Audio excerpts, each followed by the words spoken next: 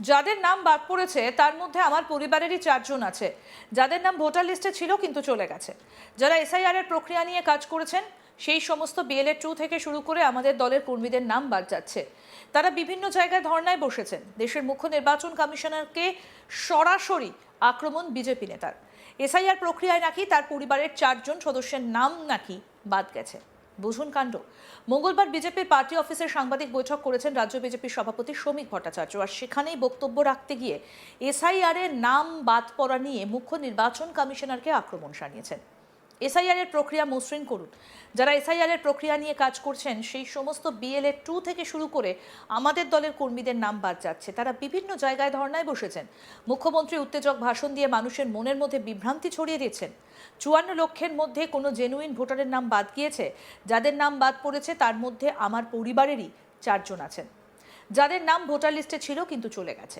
কি বলছেন বিজেপির রাজ্য সভাপতি শ্রমিক ভট্টাচার্য, আসুন শোনাই। যে এসআইআর এর প্রক্রিয়া মসৃণ করুন।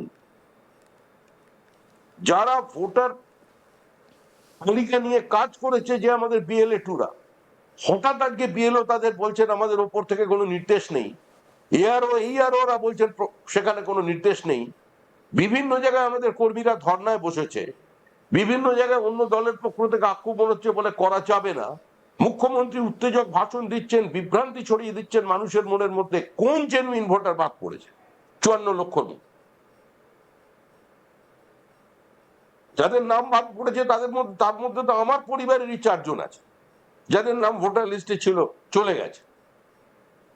গেছেন অনেকদিন আগে। কিন্তু এই 4 জন আবার যখন বিধাননগরে নির্বাচন হয়েছিল, মিউনিসিপাল কর্পোরেশন নির্বাচন, তাতে এই 4 জন এসে ভোট দিয়ে গেছেন। আমি সকাল 9টায় ভোট দিয়েছি, আমার বাবা মা এসছে বিকাল 4টের সময় ভোট দিয়ে চলে গেছে। তো এই ধরনের ভোটারের নাম তো প্রথমের লিস্টে নাম বাদ গিয়েছিল। আর সেই নাম বাদ দিয়েছে কারা? তৃণমূল কংগ্রেসের পক্ষ থেকে যিনি বিএলএ 2 ছিলেন তার উপস্থিতিতে, বিজেপির বিএলএ 2 এর উপস্থিতিতে বিএলও যিনি আছেন তিনি করে সরাসরি একদম সরকারি ব্যবস্থার নাম বাদ দিচ্ছে। মুখ্যমন্ত্রী বলছেন এই ব্যবহার করছে। মুখ্যমন্ত্রীকে নিয়ে আমাদের কোনো বক্তব্য নেই, অন্তত এই ঘটনার ক্ষেত্রে।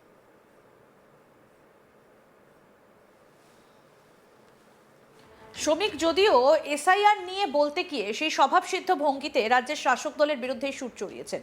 এদিন সাংবাদিক বৈঠকে মমতা ব্যানার্জির বিরুদ্ধে সুর চড়িয়ে তিনি বলেন, মুখ্যমন্ত্রী এসআইআর প্রক্রিয়া চান না। আতঙ্কের মধ্যে ভোটারদের রেখে ভোট করতে চাইছে তৃণমূল, কিন্তু সেটা হবে না। আমরা দিল্লিতে যোগাযোগ করেছি, মুখ্য নির্বাচন কমিশনারকে বলেছি আপনি এ রাজ্যে আসুন, দিল্লিতে বসে থাকলে হবে না। এ রাজ্যে এসে ঘুরে দেখুন কিভাবে বিএলওরা বলতে পারে আমরা ফর্ম জমা নেব না। কি বলেছেন শ্রমিক ভট্টাচার্য, শুনবো সেটাও। তিনি স্বাভাবিকভাবেই তিনি এবং তার দল এসআইআর হোক এটা চান না। এসআইআর প্রক্রিয়া নির্বিঘ্নে সম্পন্ন হয়ে যাক এটা তারা চান না। তারা চান বর্তমান যে ভোটার তালিকা আছে সেই ভোটার তালিকার মধ্যে দিয়েই ভোটারকে ভীত সন্ত্রস্ত করে আতঙ্কের আবহ তৈরি করে তার মধ্যে দিয়ে নির্বাচন করার। কিন্তু সেই নির্বাচন তো পশ্চিমবঙ্গে হবে না। যে ভোট সংস্কৃতি থেকে উত্তরপ্রদেশ বিহার বেরিয়ে আসতে পেরেছে, সেই ভোট সংস্কৃতি থেকে পশ্চিমবঙ্গ বেরোতে পারছে না। দিনের পর দিন তো একটা সুস্থ সভ্য সমাজে এই ঘটনা ঘটতে পারে না। তার চেষ্টা তারা করছেন। আমাদের বক্তব্য নির্বাচন কমিশনের কাছে যে আপনারা আমাদের রাস্তা দেখান যে আমরা কি করব। আমরা এর মধ্যেই যোগাযোগ করেছি দিল্লিতে। জ্ঞানেশ কুমার সাহেবকে বারবার আমরা বলেছি আপনি পশ্চিমবঙ্গে আসুন, দিল্লিতে বসে থাকলে হবে না। আপনি কলকাতায় আসুন, আপনি হুগলিতে আসুন, মুর্শিদাবাদে আসুন, বীরভূমে আসুন, দক্ষিণ 24 পরগনায় আসুন। দক্ষিণ 24 পরগনার ডায়মন্ড মডেলকে দেখুন না কিভাবে এসআইআর হচ্ছে সেখানে। কিন্তু এতক্ষণ পর্যন্ত তো ভয়ের আবহ ছিল, বাড়িতে গিয়ে হুমকি ছিল, মারধর ছিল, বিএলওর ওপরে ভীত সন্ত্রস্ত করে দেওয়ার ব্যবস্থা ছিল।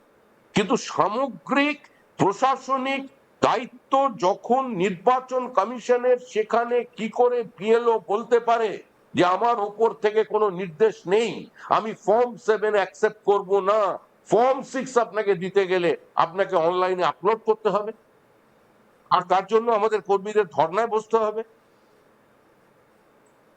এর দায়িত্ব নির্বাচন কমিশনকে নিতে হবে। পরবর্তী ক্ষেত্রে আমরা আমাদের দলের স্তর থেকে যা করার আমরা করব। এটাই আমার একটুখানি বলার ছিল।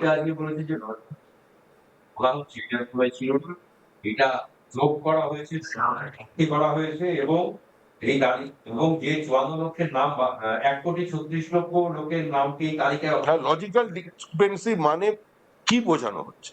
কি বলছে যে কারণ তালিকা নেই, কাদের পুরো ১,৩৬,০০,০০০ লজিক্যাল ডিসক্রিপেন্সির আওতায় নিয়ে আসছে।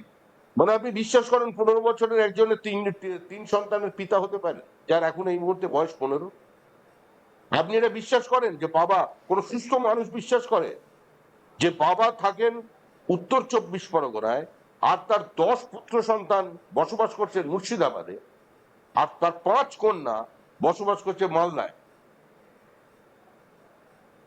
এটা যদি লজিক্যাল ডিসক্রিপেন্সি না হয় তাহলে কোনটা হবে?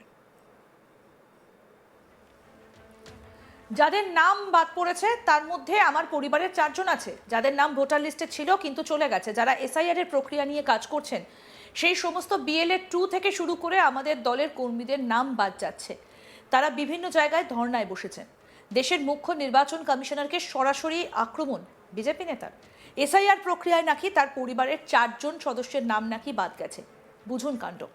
মঙ্গলবার বিজেপির পার্টি অফিসে সাংবাদিক বৈঠক করেন রাজ্য বিজেপির সভাপতি শ্রমিক ভট্টাচার্য। আর সেখানে বক্তব্য রাখতে এসআইআর এর নাম বাদ পড়া নিয়ে মুখ্য নির্বাচন কমিশনারকে আক্রমণ শানিয়েছেন। এসআইআর প্রক্রিয়া মসৃণ করুন, যারা এসআইআর এর প্রক্রিয়া নিয়ে কাজ করেছেন সেই সমস্ত বিএলএ 2 থেকে শুরু করে আমাদের দলের কর্মীদের নাম বাদ যাচ্ছে।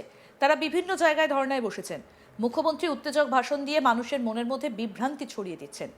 ৫৪ লক্ষের মধ্যে কোনো জেনুইন ভোটারের নাম বাদ গিয়েছে? যাদের নাম বাদ পড়েছে তার মধ্যে আমার পরিবারেরই ৪ জন আছে, যাদের নাম ভোটার লিস্টে ছিল কিন্তু চলে গেছে। কি বলেছেন বিজেপির রাজ্য সভাপতি শ্রমিক ভট্টাচার্য? আসুন আরেকবার শোনাই। যে এসআইআর এর প্রক্রিয়া মসৃণ করুন, যারা ভোটার তালিকা নিয়ে কাজ করেছে, যে আমাদের বিএলএ 2রা, হঠাৎ আজকে বিএলও তাদের বলছেন আমাদের ওপর থেকে কোনো নির্দেশ নেই, এইআরওরা বলছেন সেখানে কোনো নির্দেশ নেই। বিভিন্ন জায়গায় আমাদের কর্মীরা ধর্নায় বসেছে, বিভিন্ন জায়গায় অন্য দলের পক্ষ থেকে আক্রমণ হচ্ছে বলে করা যাবে না। মুখ্যমন্ত্রী উত্তেজক ভাষণ দিচ্ছেন, বিভ্রান্তি ছড়িয়ে দিচ্ছেন মানুষের মনের মধ্যে। কোন জেনুইন ভোটার বাদ পড়েছে ৫৪ লক্ষ নিয়ে? যাদের নাম বাদ পড়েছে তার মধ্যে তো আমার পরিবারেরই ৪ জন আছে, যাদের নাম ভোটার লিস্টে ছিল চলে গেছেন অনেকদিন আগে। কিন্তু এই ৪ জন আবার বিধানসভা, যখন বিধাননগরে নির্বাচন হয়েছিল, মিউনিসিপাল কর্পোরেশন নির্বাচন, তাতে এই ৪ জন এসে ভোট দিয়ে গেছেন। আমি সকাল ৯টায় ভোট দিয়েছি, আমার বাবা মা এসছে বিকাল ৪টের সময় ভোট দিয়ে চলে গেছেন। তো এই ধরনের ভোটারের নাম তো প্রথমের লিস্টে নাম বাদ গিয়েছিল। আর সেই নাম বাদ দিয়েছে কারা? তৃণমূল কংগ্রেসের পক্ষ থেকে যিনি বিএলএ 2 ছিলেন তার উপস্থিতিতে, বিজেপির বিএলএ 2 এর উপস্থিতিতে বিএলও যিনি আছেন তিনি করে সরাসরি একদম সরকারি ব্যবস্থার নাম বাদ দিচ্ছে। আরো আপডেট পেতে দেখতে থাকুন আজ তাক বাংলা। সাবস্ক্রাইব করুন, নোটিফিকেশন পেতে বেল বাটন অপশন প্রেস করুন।